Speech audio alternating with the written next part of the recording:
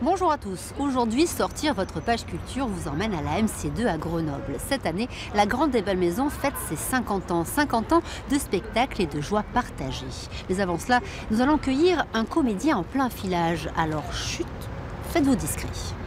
Je ne soupçonnais pas, en voyant ces proscrits, que leur visage pâle annonçait ma propre destinée. Comme nous tous en Autriche, je n'ai jamais jugé possible en 1933 un centième de chaque événement qui devait pourtant éclater seulement quelques semaines plus tard. Quelques chaises, de très belles lumières. Cette histoire est celle d'une Europe en plein essor culturel. Stefan Zweig est alors une grande star. Et puis tout doucement arrive le nazisme, le basculement dans l'horreur. L'écrivain juif doit s'exiler au Brésil.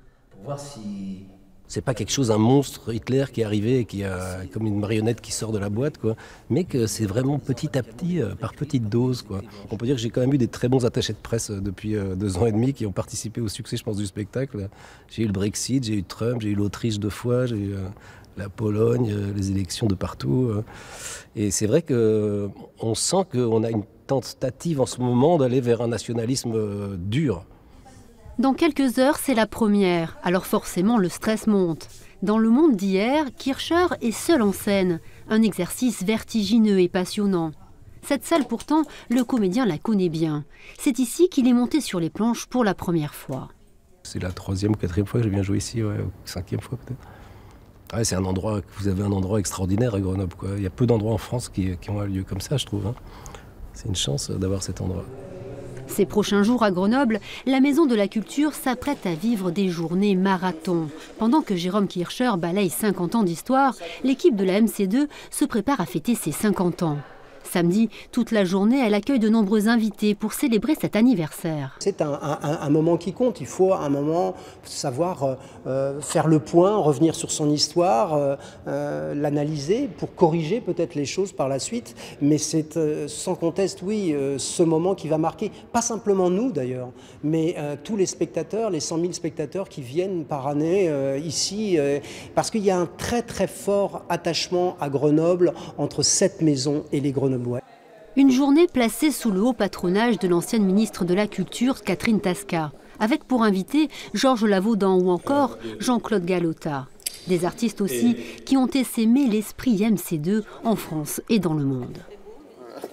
On poursuit cette page culture à Villers-Bonneau, à l'Espace Aragon, pour vous parler d'un festival qui n'a pas froid aux yeux. Écran Total, c'est son nom, propose des films très divers et bien souvent engagés. Des films qui évoquent le monde du travail et la question sociale.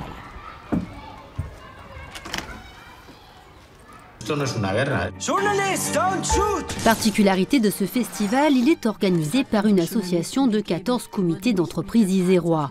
Les CE de ST Microélectronique, d'Air Liquide, d'EDF. Un engagement fort au sein de ces sociétés pour défendre à la fois le cinéma d'auteur et les petites salles de proximité.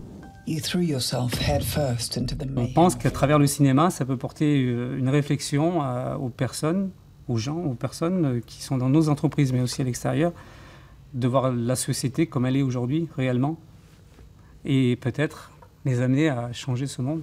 Au commencement de 1883. Coup de cœur du festival, Mélancolie ouvrière retrace le combat de Lucie Beau, première syndicaliste française au moment des grandes grèves des tisseuses de soie à Voiron et Visil.